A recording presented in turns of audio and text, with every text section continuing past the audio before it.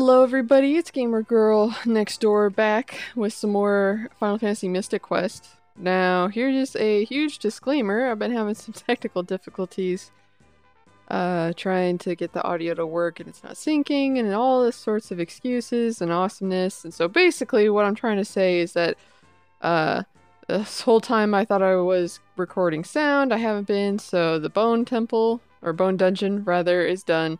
And once I defeated this really creepy looking Tyrannosaurus Rex skeleton, essentially, I was able to finally release the Earth Crystal, I believe. And then I got the elixir for Kaylee, gave it to Kaylee. Freaking Sasuke / Madara abandoned us because he got a cool hook shot. And I hit people with bombs now, which is kind of cool. So Kaylee told me that she had to go to this focus tower, so I told her I'd go check it out for her. So let's see what kind of trouble we can get into here. Now basically with these bombs, I've been able to blow up like cracks in the wall, or in cases the Bone Dungeon, cracks in like little dragon skeleton, kind of like rib cages and stuff. So that's definitely opened up the world for more secrets. But is this the old man that we ran into in the very beginning of the game? I'm gonna talk to him in just a sec. I just want to make sure. Oh, look at this pass-through. I didn't even notice.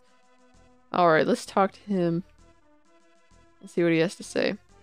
Well done, Sploof. Remember, Captain Mac will be crucial to your quest. Who's Captain Mac? I don't remember that.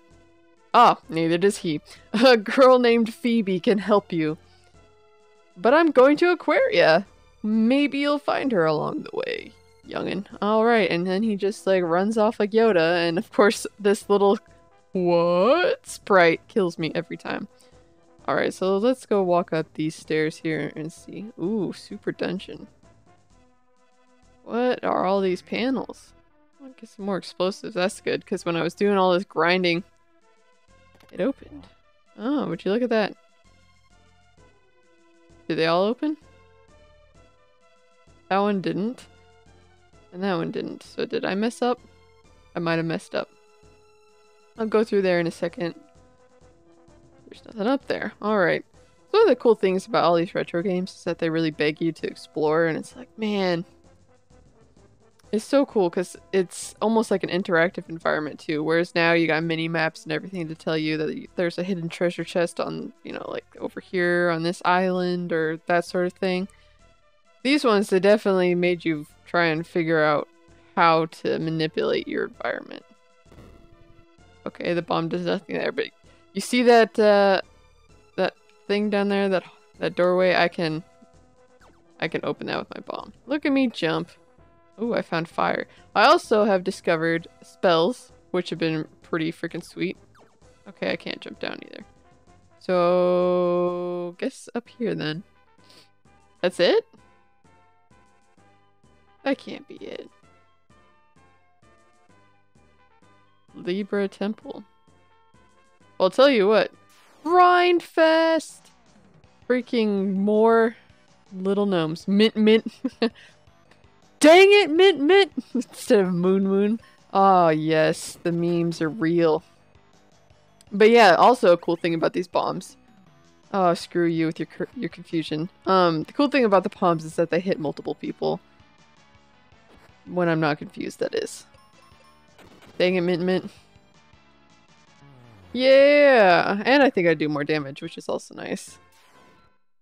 The cool thing about these dungeons is that they're pretty much just like a quick, like, spam the A button, and then when you start to get really low on health, and you're like, oh crap, I should probably heal, but up until that point, it's just like, attack! Oh man. So I haven't played much Final Fantasy in my gamer lifetime, I guess you could call it. I played Final Fantasy X for the PlayStation 2. My little brother, he played X2, or 10-2, I should say, but I didn't really get into that as much. But I never beat Final Fantasy X either. I want to point that out. It just got way too grindy for me, and I didn't have the patience, which hence one of the reasons why I don't care for turn-based RPGs so much. And some of the Final Fantasies and like Fire Emblems, you gotta grind, and it's just way too tedious for me. I guess I prefer to look, or not look. I prefer to enjoy the storyline, and I prefer action too. But I get a bigger kick out of watching how the story progresses, and if I'm stuck because I didn't grind enough, that's just really frustrating for me, and I kind of just put up my boots and continue on with something else, which is what happened with X2 or 10. Not even 10-2, just 10. But in the last month or so, I think my husband bought it for me again, so maybe I'll go back through and try and, I don't know if I could pick up where I left off, so to speak, but at least maybe try it again and give it another shot. Because what I ended up doing, spam the cure. Alright, so what I ended up doing actually was I went online and I found video of the cutscenes because I really liked Titus and Yuna's love story, and I think it was 14 or 15 at the time, and also at the time, Final Fantasy is still known for its beautiful graphic design and how flowing their cutscenes are, and the story, you know, like the deep connecting storyline, right? Maybe it's grown a little bit strained in recent years, but that's like the general consensus of what Final Fantasy is known for. Heavy storyline, beautiful graphics. Well, having gone from playing pretty much GameCube, which has some pretty tough to look at games, but then you got like Super Mario Sunshine and you're like, wow, you're so pretty. So it's not all a lost cause on the GameCube. But it's no contest when you go and look at like 10's cutscenes. And you're like, oh my gosh, that's so pretty. Like I believe they're called Aeons. Forgive me, I haven't even played it since I was 14, so I don't remember everything in it. But all the little guys, the little baubles that float around, they were just like in the cutscenes, they were like ridiculous, right? Oh shoot, I probably shouldn't have done that. I only got 6 bombs left. Okay, now I got 16. But it was just so much more like, it was on a whole nother level. It's kind of like going and watching Diablo 2's cutscenes, and at the time you're like, wow, how did they manage that? How did Blizzard manage to come up with such crazy cutscenes in what, the 90s? I think. I'm sure I'm wrong, but you know, it blew my mind, and so I don't really know where I was going off on this tangent. But essentially, I liked 10, and that's what I played, and it was pretty, and I liked the storyline.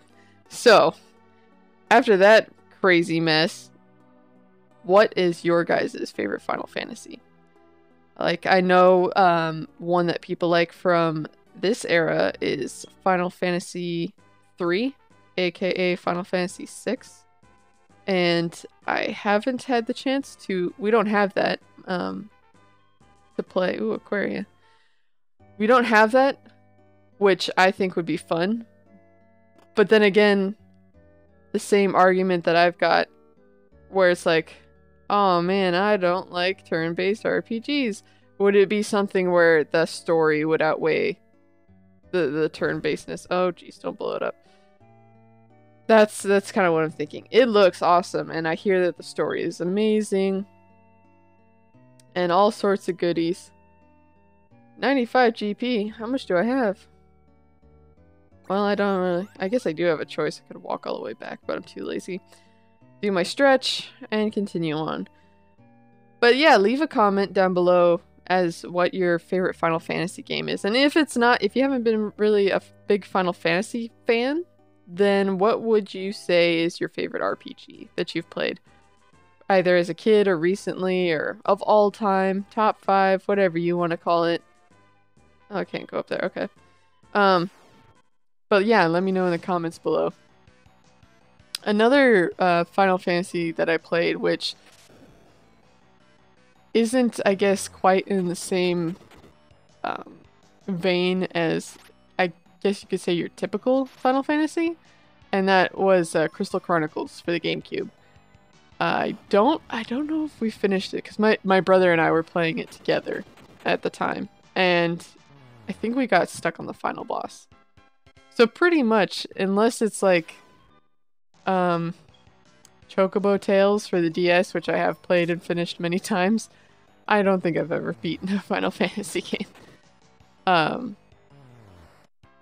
guess I'm just not a hardcore JRPG fan, as it were. So, there's that.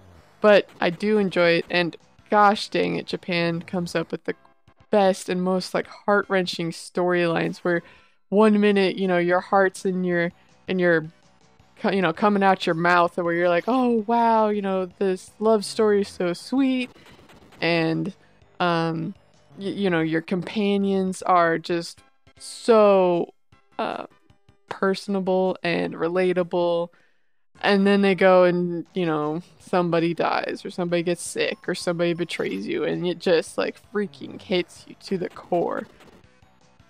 And dude, it's just one of those things where it's like, holy cow. It's like with anime. One of my, oh wow, dang girl. I really enjoy watching anime, and the storylines that they come up with in some of those just freaking rock your socks. Like one in particular that got me was crap, I can't remember. I can't remember the name. I'll leave the name of it in the description. But essentially it was about a guy in college who had lost his memory from before he had an accident. And so he pretty much just felt like a stranger in his own home, so he left for college, and then he found this girl, and they get in all sorts of mischief together, but they end up falling in love. But throughout the series, he starts to get his memories back, and that starts putting a strain on their relationship. And so it's kind of like them working through it. And the last couple of episodes, you really were starting to wonder if it was going to be a happy ending or not. And it's just one of those where you just can't stop watching. It's like going on a Netflix binge, but in this case it was a Crunchyroll binge, where you just keep pressing next episode, next episode, next episode, and you keep skipping the intro sequences, you skip the ending sequence. It was one of those kinds of experiences. So leave a comment also about if you are an anime fan, or even if you aren't, just what your favorite story is that really just kind of threw you for a loop and changed how you look at things. And yeah, let me know what that is in the comments. Well, I'm gonna go here in the end. I'm gonna heal up, and then I am going to cut it off here, guys. But thank you so much for watching.